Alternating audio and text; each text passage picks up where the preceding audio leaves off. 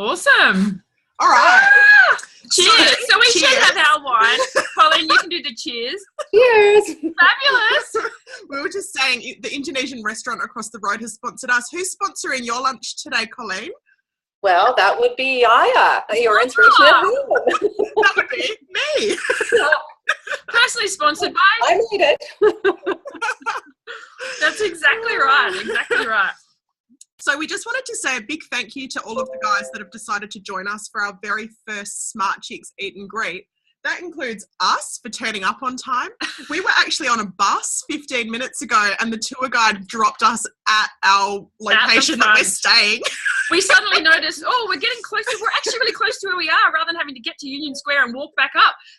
How about we talk to him? And luckily we told him the number and he said, that's right, I'm coming back round to Post Street, and he dropped us right out the front. So that was excellent. We actually managed to get lunch and get up here in time to get loaded in. So we're obviously in San Francisco. We've got a few people from all over Australia kind of jumping in, but where are you at the moment, Colleen?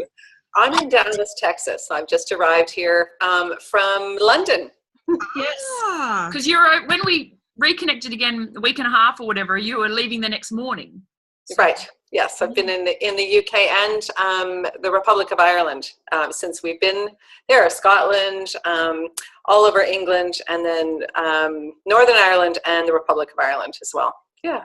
Fantastic. So Louise will be loving that. She's Yes, because we just launched the Republic of Ireland last weekend.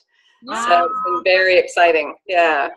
Really exciting. We did kind of know that because we were stalking you on Facebook. Exactly. Now, what we just wanted to let everyone know about just before we asked you a couple of questions, Colleen, because this really is your moment to shine. We're so excited to talk to you. But we just wanted to let everyone know that we're really excited about the Smart Chicks Eat and Greet because, you know, we've been wanting to actually chat to entrepreneurs. Our happy place is just chatting to other business women. Businessmen as well, but we love chatting to business women particularly because we want to really inspire other women to feel like they can do this, right? No matter where they're at in their business journey, they've got a group of people that they can sort of hook into. Yeah. And we know that when people are kind of on the journey in the early stages, particularly, you can kind of be a bit of a loner by yourself. And eating lunch by yourself. You want to be able to have lunch. So we thought we could just jump online and either have breakfast, lunch or dinner, depending on the time of the day, and we can do it together. So Colleen was telling us that she's actually created a Luxa mix with her business, Your Inspiration at Home, and she's having it for lunch. That's right. This is actually the prototype that I designed, so I'm actually eating my sample. Nice. Perfect. So that's a bit about why we wanted to do the Eat and Greet. How about we get on to just talking a little bit about your story and take us back to when you first started and how it all began. Oh, sure. Absolutely. And first of all, I want to say to Christian Courts that this is just a fantastic idea.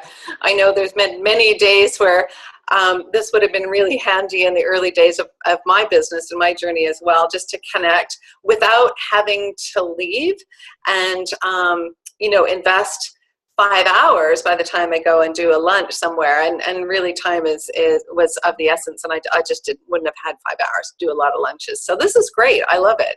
Yeah. Perfect for the entrepreneur that works in the office and can't, or their home office that can't get out the door to meet other people. So it can be very lonely. So I love it. I applaud you. Yeah, excellent. Thank you.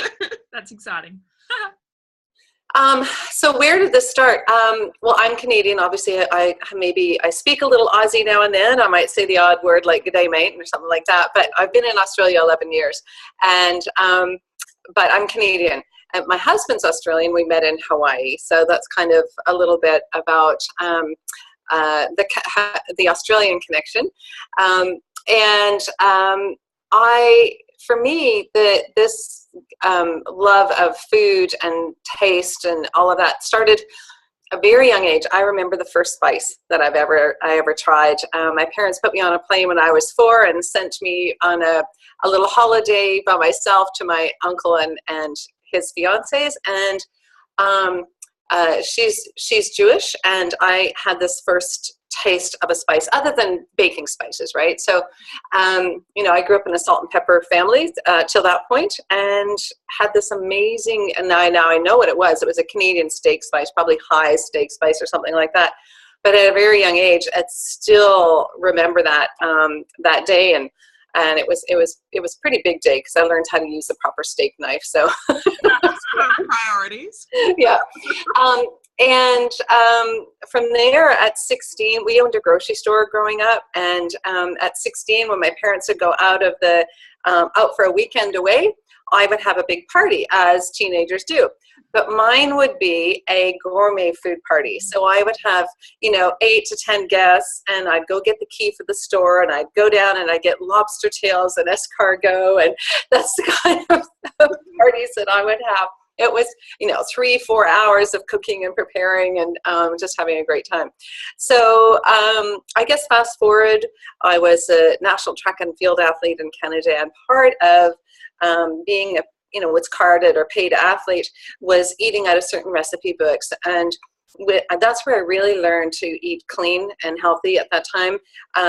You know, nothing came out of a box. There's no preservatives, no white flour, no white sugar, no, you know, any of that type. And this is, I'm 50, so this is going back to the 80s. This is not recent, when it's, you know, kind of fashionable to do so. And that's where that's where I learned how to blend spices, because spices were really important to add a lot of flavor instead of the salt, the sugar, and the fats, and all of the things back in the 80s that, you know, we were as athletes not supposed to be eating. And so then I trained in aromatherapy. I actually wanted to be an aromatherapist. I did a lot of training in that, and herbology as well. So I've got a really mixed background. And then I got involved in direct sales in Canada in a kids' clothing company. I got dragged in kicking and screaming. I was so not the party plan person. And then I happened to meet up with somebody who had a gourmet food company and was turning it into a party plan company. So I was their first consultant. I wrote the training manual. Then I helped with the compensation plan, developing that, all of those things. And that's really where I got my big start in direct sales there, and built a multi-million-dollar business in the field, just like my own distributors or consultants are doing. So I really am grounded in that process there. From then I went corporate, and I developed party plan companies for other companies. So if they had a division that they wanted to turn into party plan, I would help them do that. And fast forward, I met my husband, and we moved to Australia, and I did it all over again. But here's where the Australian connection comes in. Walking into the grocery store for the first time in Australia, I kind of stammered. I didn't know what to do, because there's a lot of things that come in packages, a lot of jars. And I was used to being able to just buy this type of product on the store shelf, and there wasn't anything. So I realized I was going to have to start blending my own spices and my own salts and my own, you know, gourmet food if I wanted to create some of those flavors that I was used to. So fast forward, here we are, 6 years later. Wow, yeah, so it's 6 years now since you started Yaya in Australia. Yeah. So take us right back to that very beginning about how you actually went, okay, how do I, you know, obviously you were mixing them at home, and then what was the next step you did to try and go the next bit bigger? Well, I was corporate in the direct sales world, so I had a lot of experience, about 25 different companies, and I realized that if I hit the numbers right from, you know, 20 years of experience, that I really would have to have some type of partnership. So I was looking for an Australian food manufacturer, and my research, I lived in Sydney at the time, but my research kept coming up with Budrum Ginger. So I actually started the company with Budrum Ginger in there, you know, as a prototype company, well, I guess almost 7 years ago. And we did a trial for a while, but I realized that they were going through some their own internal restructuring, and now it was time for us to go on our own. So we did that after 9 months of working together. We went on our own, and yeah, it just, at that point, it was really funny. I tell this story because I think it's really important for Yaya's history. When I went to Budrum, I didn't know that I could blend my own spices like this and sell them. So I went to them and I said, look, we sold everything out of their kitchen shop, and their own other products that they had there, gourmet food. But I went to them and said, I really think that we need to blend our own. We need a master spice blender or a food tech or somebody that can do this. And they said no. And I went, fine, I'll do it myself. Yeah. And, 170 products later, 370 fine food awards. I thank God every day that Budrum Ginger said no. Yeah.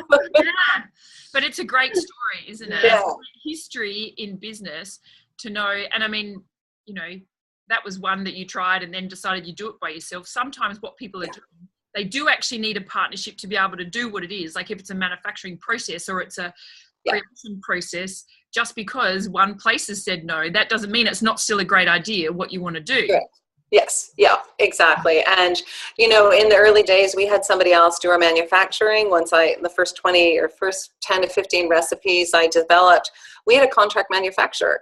And, as luck would have it, one day I saw something blow across the street, and it happened to be an invoice for a spice company. And I went, oh, wow. That's a far cry different than what I'm paying, because they were just down the street. And I went, I think that we could do this ourselves a lot cheaper. So within 2 weeks, we were not only in the direct sales world, which we were already for about 1.5 years, but we were manufacturers. And we'd never done that. I had no idea how to blend commercial spices. Mixing my own like this was one thing in my kitchen, but then creating the spices bulk and manufacturing was a totally different thing. So within 2 weeks, we were doing that. So I guess I'm not fearful. You got to give it a go, right? Yeah, exactly. Yeah. Do you think that the manufacturing was part of your bigger vision initially, or is that something that has evolved over time? No, my original vision with Budrum was that I believed that we would do it internally there. I did not have any belief in that or any thought process that I was going to end up doing it. I think a lot of things that have created the niche and the yaya, as we're known now, and are really who we are, has come out of necessity. It really has evolved out of necessity, and not going, well, this was my plan and I got to stick to this plan. It's, hang on, there's a detour or a roadblock. How am I going to go up, around, over, side, underneath, whatever it takes, to just recreate and keep working with that original vision of, my vision's a $600 million company. So it's not, it's not going to get stuck just because somebody said, no, we're not going to have a master spice blender, or no, we're not going to manufacture ourselves. We're going to have somebody else do it. So there was no stopping, if that makes sense. Yeah, absolutely. You need to take a different path as things right. themselves. And in business, full stop, that's what you have to do. Right. You start out with a plan, and it can, and it doesn't always go massive the right way and then massively the wrong way, but the detours definitely. So absolutely.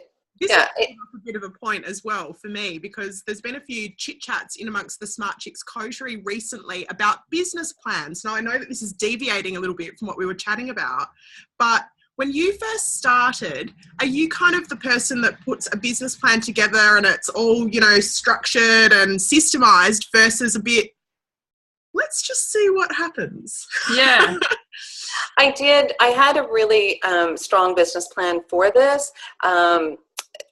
With the big vision of where we wanted to go, what I believed that we could achieve in the industry globally. But certain pieces developed, and it was, okay, if I want to get to this big vision, don't get stuck on some of the details. Yeah. It could evolve and look a different way. When we did the management buyout with Budrum, I negotiated this offsite with the new CEO, and just basically said, look, this was my vision, this was my company, and here's how this is going to work. So we're going to buy the stock and inventory, and I was the one who founded it. I came to you, so we're not going to pay anything for goodwill. So that's what we did. And, at the time, it was really good for them because they had to focus their attention elsewhere. But in doing so, we did a share raise, which put us into the scenario of being a public company, privately traded, and all of the red tape and all the legal parts to go with that. Yeah. So I had to do a prospectus. I had to take our company from this little company into the big world. And that was a pretty intense process for us.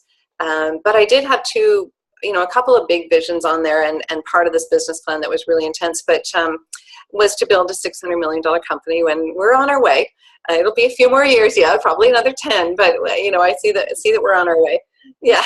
Would you like to begin with that vision, or has your vision gotten bigger and bigger as you... No, I started it with that vision. Yeah.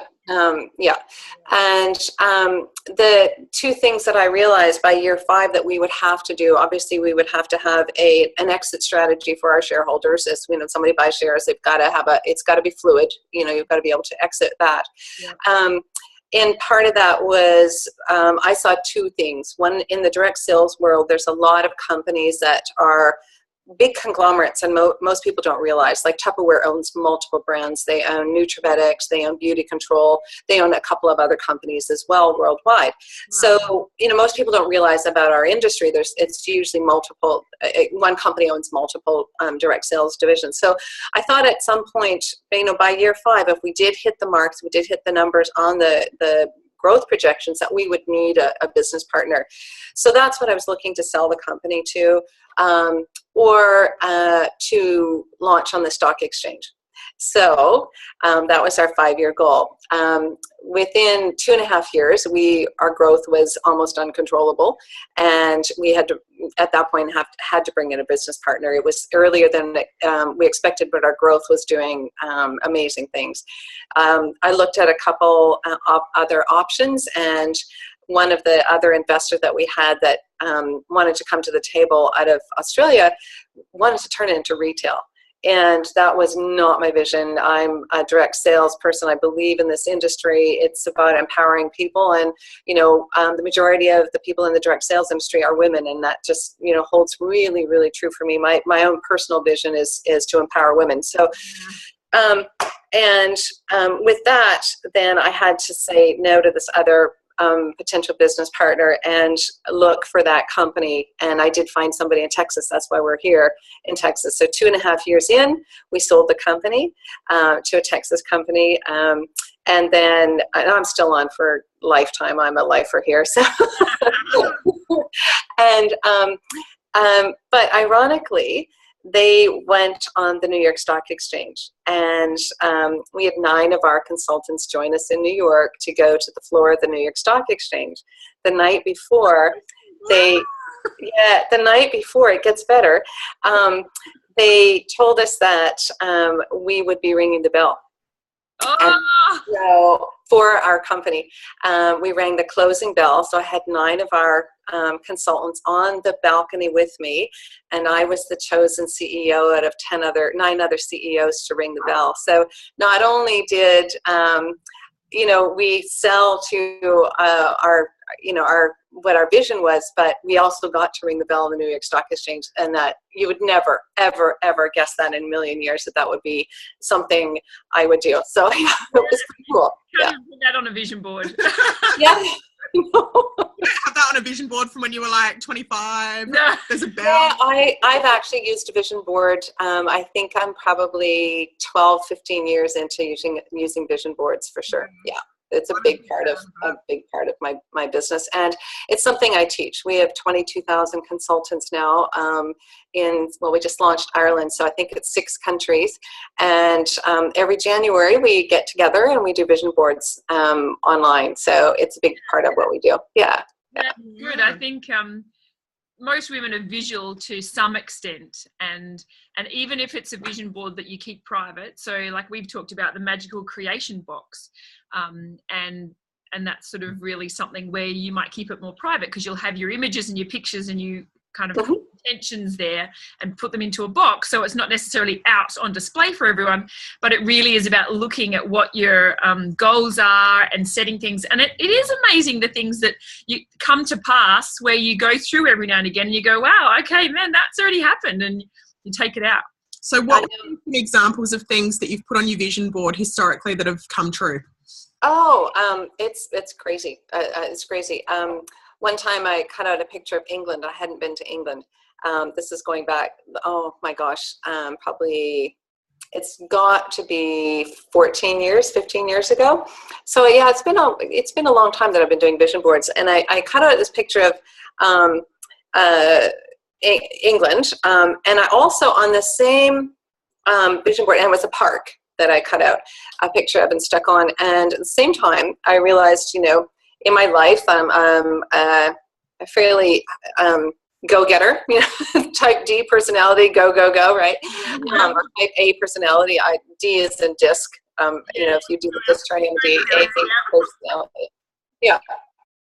And I'm going to need something to de-stress and unwind. So I put that on there as well. You know, my vision boards are developed into things that I would like to attract, places I'd like to go, things I'd like to be, things, you know, all of the B you have, spiritual, health, all of those things. So, so I put that on my vision board, and within weeks, I was invited to speak in the UK, and I was in the staying at a kind of a country house, a renovated, I think, boys' school or something like that, on a wooden back patio, way out, and all of these trees around, this meadow there, rabbits, well, actually it was foxes jumping through the grass, and I was doing Ashtanga yoga on this back patio, which I've never done before. So it was crazy. Yeah, crazy. So, yeah, there's been many times. I know one time in a particular crazy, really stressful growth period, I had the vision board for Yaya on my desk, and you know, I saw it every day. That's where I picked up the phone, and I always stared at one particular spot. I never noticed what I was staring at, you know, just the middle of the vision board. And I had cut out, as I grew in my vision boarding, I used to, or still do, use a lot of word phrases, so real powerful words. And in this phrase, it said, most awarded direct sales company. I had put that on my vision board. And after our first round of awards, we'd won 43 awards our very first time. And now it's 370 awards. So it happened, you know, and I didn't even realize it until one day when we won these awards. I went, oh, you're kidding. I've been looking at this vision board for a year, and where exactly had I been looking and not even recognizing it until we won the award. So it was pretty cool. Yeah. And what awards are they? So what's the body that gives those awards? It's Australian Fine Food. So it's the Hobart, Tasmanian Fine Food, Victoria, all of these. The Royal Hobart Fine Food Awards is we've won many of the awards, and Melbourne and Sydney as well. So what would be some examples of the awards that you've won? Every year we've won, so far that we've entered, we've won the top category, or the top prize in our category. And the first year we entered, my Madras curry scored 99.5 out of 100. So, yeah, it was pretty outstanding. I thought, you know, and then I thought, and I thought, well, what was the 0.5? Like, what did you wrong? Oh no! There's always improvement, Colleen. There is always improvement in business. And now at our leaders conferences, we give out the ribbons to all of our leaders. This past year in February, we had the ribbons draped on the back of every chair in the hall, or in the event room that we had our gala dinner, and they all got to take home a ribbon as well. So it's pretty substantial. It's pretty cool. So every year we've won the spice category to date, which, and I've never been to an awards ceremony, as it's always bad timing. So I usually send somebody, but last year, their awards was the night before our gala awards at our national conference. We had 600 people at that. So they flew in and presented me and did a big talk at our conference, and about the consistency of the product, the trend setting, that type of thing, and handed me a big plate, which they give out every year for the top award. So it was pretty cool. Yeah. It's very exciting. Very exciting. Congratulations. And it's only because Budrum said no. Yeah, that's exactly right. Because you had a vision, and at the bottom of every no is a yes to something. Yeah. So obviously, this doesn't happen on your own. So when you're in business, even if you're doing something that is more individual or something that starts off with just needing you, ultimately you kind of need a bit of an A-team, or you need to be surrounded by other people that believe in you and believe in, well, this is what we believe. And so I wanted to talk to you about what you think and feel about that in regards to, you know, did you get yourself an A-team early on, you know, when you think back to that? Yeah. Well, certainly, I think, you know, there's been a few key people corporately for us, you know, that, you know, I brought my husband into the business a year later, and we've worked together since then, and we are a really great working relationship. You know, it's literally 24/7. You know, and a lot of people ask me, how do you possibly, you know, do that? How does it affect the relationship? It's even better. It's even better. Yeah, it works. It works for us. And then, but just by virtue of being in direct sales, this incredible community and team, the A-team, really happens, and that is when your leaders are promoting. So for me, I would consider, you know, the long-term vision. An A-team for me is our directors, our you know, our founding consultants, our founding leaders, and our directors. So they've been, most of them, not all of them, some of them are maybe 3 years old, 2 years old maybe, but there's been a lot that have been with us from day one, you know, in our first 100. And they would, in the growth period, they would fly in or drive in, volunteer. They would be staying up all night with me, bottling product, mixing product, labeling product, picking orders. They would bring cars in, you know, of their team from different places, and they would all volunteer and help to do this. So really, that would be my A-team, is this amazing, committed founding leadership team. Amazing. Yeah. So that makes me really excited, because we're really into building a fantastic culture. That's our whole purpose for the Smart Chicks Coterie particularly. We want to have an amazing supportive culture in there where people voluntarily want to contribute to that community setting. Yeah. So it seems like you've been able to do that quite early on by believing in your leaders and believing in the people around you so that they want to spend time with you. And I know that people like Louise, who are online, Tracy, Forrestal as well, who we know, they've often spoken about you way before Kirsty stumbled upon you. I know, before I did that, I was in the conversation with you, and you're like, you know, do you know who I am? I'm like, no, I don't know who you are. But from personal experience, we have come across a few of your consultants or distributors. I'm sorry, I can't remember what the leaders. And they've often spoken very highly of you and of the company. So just so you know. But and that's wonderful. The integrity of what we do in business, I think it does all come back around. And the same, like Courts is saying, with Smart Chicks, we really want to encourage and empower women to be able to have success in their business. And we know that a lot of women need advice or support from completely different areas that aren't their zone of genius.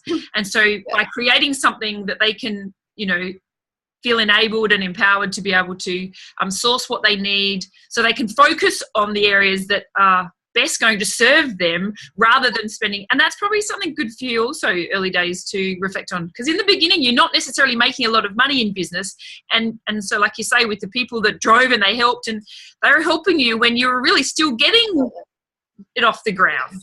Oh, absolutely. There's no doubt in my mind that we owe a lot of our success and stamina in the times where, and for us, it seems like it's most people would love to have our problem, but our crazy growth phases, those are just as hard on the business as dust on the product. We didn't have dust on the product. We had dust on the shelves because we couldn't produce it fast enough to get it out the door. And without the amazing team, and still today, you know, we've gone through another growth phase, and we've had consultants that say, hey, I heard about the early days. I want to come down and help and pick orders. So we've had consultants even still today that they love it. They love it, and we love them doing that. And I guess for me, I get I get to do this all over again in each country that we open. We have those core leaders that step up and go, what do you need? I'm here. I'm here for the long term. So let me help you in building as well. So it's really, really cool. The amount of volunteers that we have in our business as well. I don't make I make all the spices and all the gourmet food, but I don't make all the recipes. All of the recipes that come in our book and in our pairings and in all of the material that we publish, that's created by our consultants. They're so passionate about what they do. They volunteer. They want to share their their food that they love with everyone else, and they do it all. It's amazing. Yeah. So you mentioned, sorry, give me 2 secs. We've been on a bus going across the Golden Gate Bridge, and it was literally almost blowing us out of the bus. Holding and the I've got a bit of phone, a cough. you had to really hold it really hard so it didn't blow off. Sorry, now that I've cleared my throat. So you mentioned before you're a D on the disc, right? So we love the extended disc behavioural style. That's one of the things that I do, and I just absolutely love it. Yeah. But obviously what that enables you to do is have a great understanding of you. So you know that you're a D, you're highly motivated, you've got the goals down pat, big vision, extrovert, all that sort of stuff. You might have guessed what we are. Let me see. Eyes. Kirsty's got a hint of mother archetype. She's a bit of an S as well. IS, yes, or SI. Yeah. As opposed to ID. So you must be the ID or DI. Yeah. So this brings me to my next question. Between us, we don't have a hint of C, right? Yeah. So that's obviously the systems, procedures. For all you guys that are on, you've made it on somehow. We're impressed you've made it on.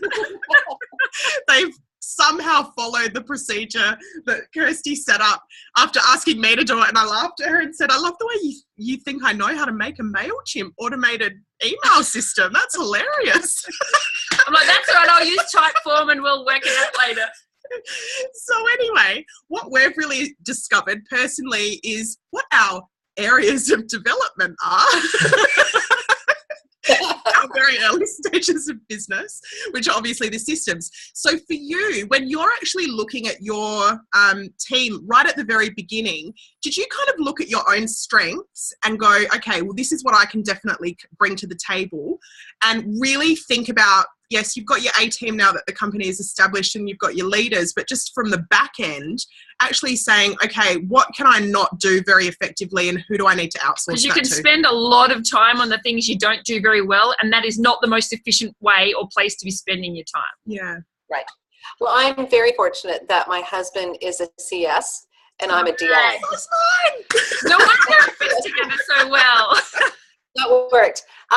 And I think, for us in the early days, we were a small company and we grew really, really fast.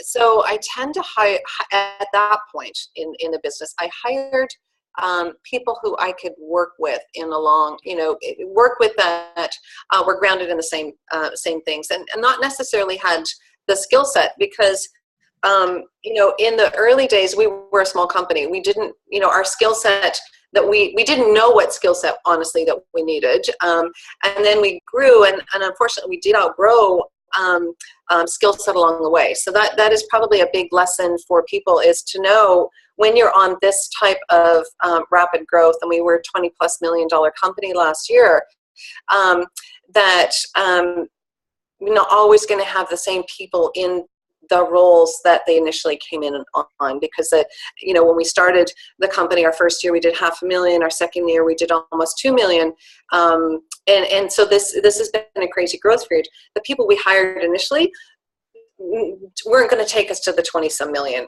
and so the people here won't get you to the next stage. Right. Yeah. So I think it's more importantly to try, for me at that time was more importantly to have people that was, no matter what, we're just going to do this, right?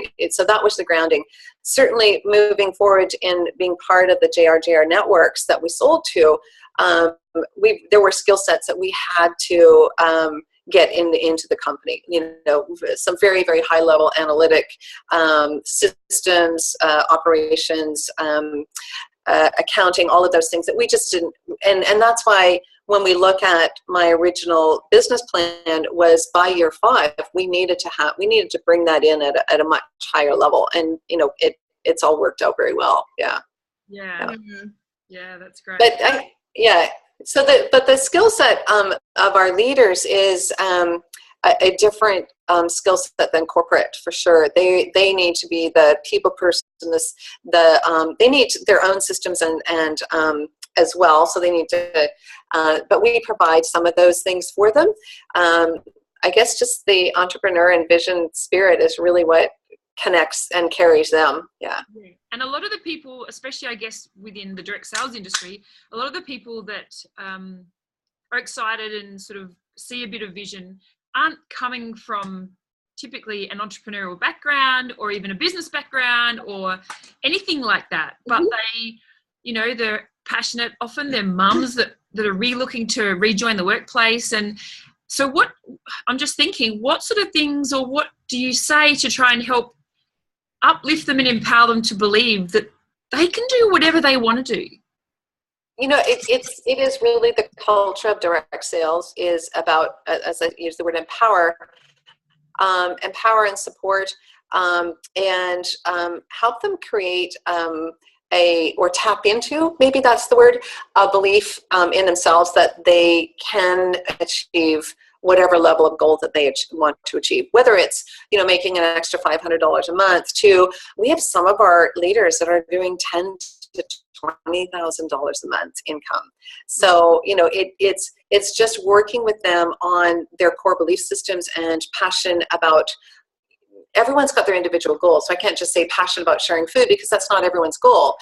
Some want to make a difference in their lives and others, and in different ways. Some want to do it financially. Some want to do it through empowering, through personal growth and development, and some want to do it through food. So our business allows them to do all of that. Yeah. Yeah, but I think in business, personal development, no matter what your business is, no matter what your industry is, you have to keep working on yourself as well. Yeah. And I guess for me, the important thing I think part of the success in Yaya and MSK, as we're known in Europe and in the UK, is that I've walked their walk. I've built a multi-million-dollar business myself in both party plan and network marketing. Yeah. And I know the journey of growth on personal growth and development. I became a facilitator, took the facilitator level instruction in personal growth and development course. So it really is core to what we do. I even run a boot camp for our leaders that, gets down to the nitty gritty and it's what goes on at boot camp stays in boot camp, but everyone wants to go back and they're not only allowed to go once. And it's a pretty profound experience. So, that is grounding at our leaders level. Yeah. Yeah. Oh, that's great. And that probably leads us to our next kind of question as well, like all about, authenticity, I guess, in business. We're really keen on having authentic us. Like, should we fess up about where we are at the moment? Yeah. I feel like pulling down Colleen. I know you got to witness this earlier. Our backdrop is actually covering the I'll let you drink your drink before you spit it out. Our backdrop is actually covering the bunk beds in the hostel. It does look like a beautiful bay window, though. It's a curtain. But there we go. That's not even our bed. No, the computer's sitting on our beds. This is me to my next point. We're really into authenticity, right? There's no BS. We just say it as it is, and we kind of like that, and we liked that about you as well, which is why Kirsty was so keen on chatting to you as well. Yeah, which was great. But with authenticity comes obviously the willingness to really look at not necessarily the mistakes maybe, but the areas of development and actually being able to be honest with yourself about where you're at. Yeah. So is there any moment that you've had that you've gone, man, this probably could have gone a bit better? Oh, I wish I could limit it to one. How long have you got? It's something I teach as well with our consultants. I've just done a series of boot camps in Australia, New Zealand, and the UK and Europe, and heading into the US and Canada with the same boot camps. And one of the things that I teach is, you know, you've got to recognize your mistakes. Don't be bullheaded. Recognize where there's mistakes. Put your hand up, admit, and honor those mistakes, because what they really are is an opportunity for growth. And that's how you need to look at them. And, you know, at every juncture, every time we've had a big growth spurt, we've got to stop and regroup and look and going, well, that system got us to $20-some million, but it's not going to get us to 50. So why do we have to stop, pull apart? You know, we often, the early bird people of our company will, they think of 2012 with a little bit of a shudder. And certainly we're the growth phase that we're going through now as well. And, you know, I had to take a red pen to the business. And you've got to stop back, take a step back and objectively go, okay, if I was an outsider looking in on this business, what would I need to change? What is, you know, I take a red pen like a teacher, right? So I took our catalog and I red penned everything that was causing problems for us. You know, outside suppliers, importation of kitchen gadgets out of the US, anything that was a problem. I looked at systems, I looked at shipping, I looked at our brand, anything, people involved in the business as well. And, you know, you just, it's taking that step back and being objective and go, okay, what did I learn from this? You know, learn is, for us, the more control we have, the better. It works out better that we're not waiting for someone to, oh yeah, well, you can have that. Oh no, we can't have that. So, you know, I would say that. And I guess for me, it's trusting my guts. You know, when I have an instinct about a supplier or a person, and I get, you know, I've been swayed by other people's opinions, and I went, oh, okay, well, I guess maybe I'm wrong here. And, you know, there's been people along the way in Yaya, and I mean companies, that have looked at us like a cash cow.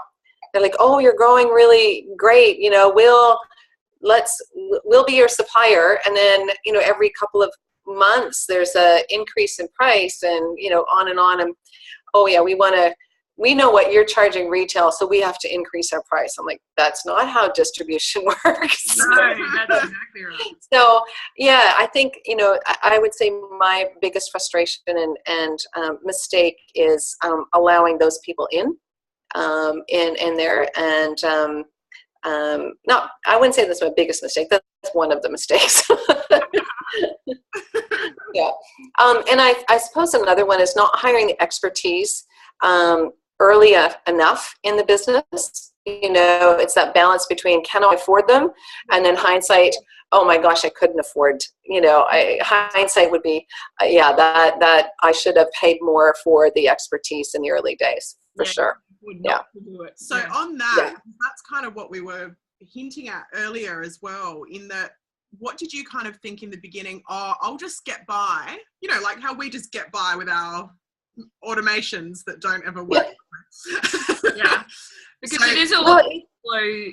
You know, you've got to juggle the cash flow along with, you know, and you can't just invest thousands and thousands without having something that's income producing per se. Right. But sometimes you can actually create income much quicker if you just systemize something. Well, yeah. I mean, sometimes you got to take that risk, because it is a risk. You know, it could mean that it's going to tie up something else as well. Yeah, it is it's really a hard balance. It really is a hard balance to know when to spend that money. And is it when there's money that needs to be spent in a whole bunch of areas, which is the most priority. So for the first, I don't know the number, maybe 2.5 years, we had no software system. Yeah. Everything was done on Excel spreadsheets, and we had to manually enter every credit card every day. in order for us to get paid the next day. So we'd be madly sitting there at 6 o'clock trying to get through every credit card before the cutoff because, cash flow is tight. We needed to put that money the next day into more ingredients or more bottles or more paperwork or more whatever. So, I think it would have been better for us to get into the software earlier, and probably I did a lot of homework on the software, and it's really all we could afford. But looking at the long term, it would have been better to have a more expensive software system. There comes in growth phases, you get what you can, but now it is more of a challenge to change software systems than it would have been at the start. Yeah, but having been, I have to say, having been through a couple of companies that did software and they changed midstream because they didn't like their software system initially, it caused more problems than had they just stayed with the original software. So, yeah. So I think that's, definitely a balance, a huge balance. Yeah, definitely. Okay, so I'm thinking, we wanted to ask just the last point, and then we wanted to ask a question, and then we actually wanted to open it up to anyone else who wanted to just ask a question as well. If there was anyone online that wanted to ask anything. But, do you want to? No, you go. Well, we were just going to say, in terms of people that are really starting their business at the moment, any top tip that you would really like to give the guys in the Smart Chicks Coterie? Just, they might be starting out, they might be a mum that's having what we call their WTF moment, where they've just had their children and their husband is kind of talking about them going back to work maybe, and they don't really want to do that anymore. And maybe they're not making money fast enough for their husbands or whatever because they're... Yeah. So, or, business idea, but kind of analysis paralysis, fence sitting, all that kind of stuff that happens with us women. I think, to me, the most important thing is to understand your why. Why do you want to do it? Why do you want to be successful? Why do you want to create this? Why? And because once you truly get your purpose around this, the purpose is another word that's thrown around in this, you're unstoppable. You're absolutely unstoppable. I could say, just go do it. I could give you the kind of some of the other cliches out there, but I don't think that's the right answer. I really think that you need to figure out why you want to do this in a burning, passionate desire way that nothing's going to stop you. And then when you do get the roadblocks, because there are going to be roadblocks, it's not an easy ride, but you're unstoppable in taking that bus up hills, down around the winding road, the bumps, opening the door for the people that need to get off the bus, opening the door for the right people to get on the bus. When you are on purpose, you're unstoppable. And I think that has got to be clear. Yeah. Yeah, definitely. So can I ask you then, what do you tend to do with your team to help them establish their whys? Because obviously everyone's got their own things going on. Right. Well, certainly with our, our leaders and our consultants, it's something that we work on, as part of, we have a process to do that. So it's not just kind of helter-skelter. We really have a good process for people to discover their whys. And whether it's financial, whether it's empowering other people, whether it's personal growth and development, whether it's around the food and what that can do for people, is really helping as many people find their whys, and that's something that I've done with our leaders from day one, and then they just duplicate that process.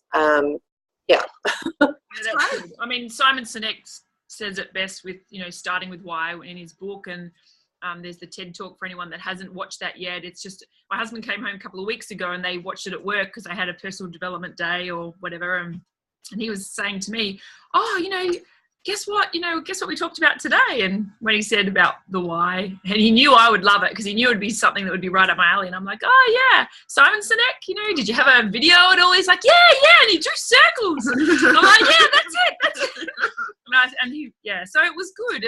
And I think that, everybody obviously needs to really look at why and how they're doing what they're doing. And you can't really be, motivated necessarily externally. It has to be an internal. Correct.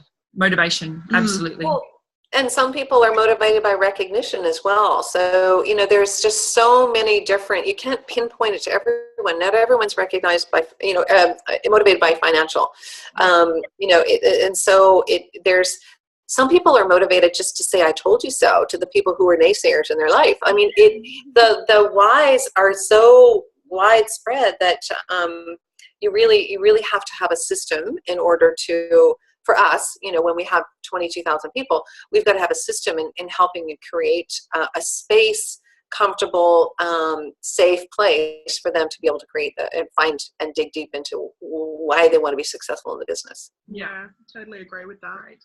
Guys, Sue Ellen, Danielle, and Lane. I think it's Lane or Laney. I can't remember how to pronounce your name. I'm sorry, but Colleen might know. I don't know if you guys know each other. On other. So who do we have? So if Jenny, anybody wants to Sonia. type into and Sonia, yeah. If anyone wants to type any messages in, obviously they should pop up for us and we'll be able to ask. Natasha had to go. And then we wanted to just talk about how the recording will be available, because obviously 9 o'clock in the morning, we knew that it wasn't necessarily going to be perfect timing for everyone. So we want to make sure that recording was available for anyone that wanted to log in. It was perfect timing for us, wasn't it, Colleen? Yeah. Although your sweet spot. Yes, right. Yeah. Yeah. You better have some Luxo while Kirsty's talking. Exactly. But we were going to put it onto the page and make sure that all the emails that came in, because I did jump on quickly to type form, and there's manually I had to quickly do an email out to those that hadn't received the details yet. But we'll put through. And did we want to talk about the Yeah, and obviously this was just a little bit of a taster, which I thought was a really ironic word considering we're talking to you. Good for thought, right? Everything happens for a reason. Yeah. So we did think that this would be a bit of a taster for you guys, just to be able to come along and see what Smart Chicks Eat and Greet was all about. The timing will sort of be between half an hour and an hour, depending on who we're chatting to and what the people have to say and how many questions you guys have as well.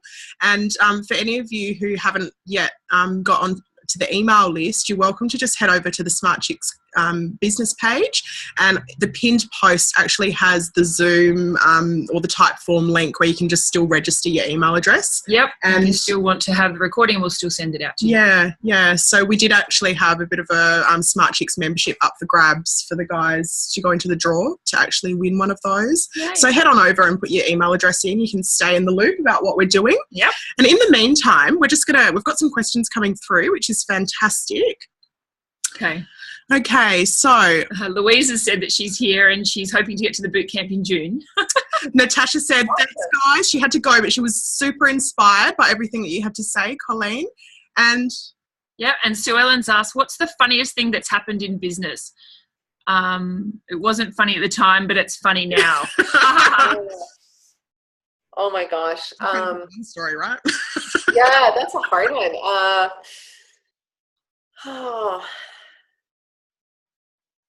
Well, I think, I'm sure there's other ones, and other people would say, well, why didn't you say this? Why didn't you say that? But one of the really kind of little funny, this kind of gives you an insight into my sense of humor, I think, is we used to drive a red Corolla, right? An older red Corolla. We bought it secondhand when we moved to Australia, and that car was a workhorse. So we used to load it with everything. I mean, spices, people, bottles. You couldn't even see out. We deliver orders to Sydney. We would drive it. I mean, it was crazy what we did with that car. And at one point, the car boot gave out. You couldn't lock the car. So we didn't have time to go get it fixed. Honestly, did not have an hour or 2 hours to go get this car fixed. So the car was older by that point. So we just took packing tape and we taped it shut. And then we kept taping it shut and taping it shut. So there was this thick layer of packing tape on there. And I would have to go pick up the leaders in this car, right? I'd pick them up at the airport while they come and helped us pick orders, right? So I went, hang on, I just need to get a key for the boot, right? And I'd be looking at the boot of the car all taped shut. What do you mean you need a key? So I take the key and run it on the edge of the boot and crack the tape off and lift it up, stick their bags in the trunk of the car, stick it shut, grab the tape gun from the back seat and tape it shut again and drive them to the warehouse. Oh, that's hilarious. So there's a lot of, yeah. Louise is saying, I've always wanted to know the story behind the red Corolla. There you go, Louise. And it's actually, ironically, I teach a little bit about red Corolla, and it's about that car. But ironically, 2 days ago, the red Corolla has been dead on our driveway for 2 years. We just had the tow truck come and pick up the red Corolla. And my daughter, who thought it was really funny, she sent me a video of the red Corolla on the tow truck. Bye. Like, oh, that was neat. That was a workhorse. Oh, definitely one of those moments that wasn't so funny then, but it's very funny to think back now. Oh. All you can do is laugh. We used to laugh hysterically about it. Maybe not the first time. I thought, what are we going to do? I've got a car that the boot doesn't shut. But it's a long-term story now. Everyone loves that story. From humble beginnings, in a way, isn't it? Exactly. Yeah. That's right. It kept it real when you went and picked it up from the airport. Yeah. Well, we just really wanted to say thank you so much for joining us and being a part of the coterie. It's great to have you in there. Obviously, we've got some great girls in there as well, but it really is just growing and getting to be a bigger community for us to really help everyone. So. Yeah. Excellent. Well, thank you for having me. I hope that, it was inspiring, pun intended, or food for thought, pun intended.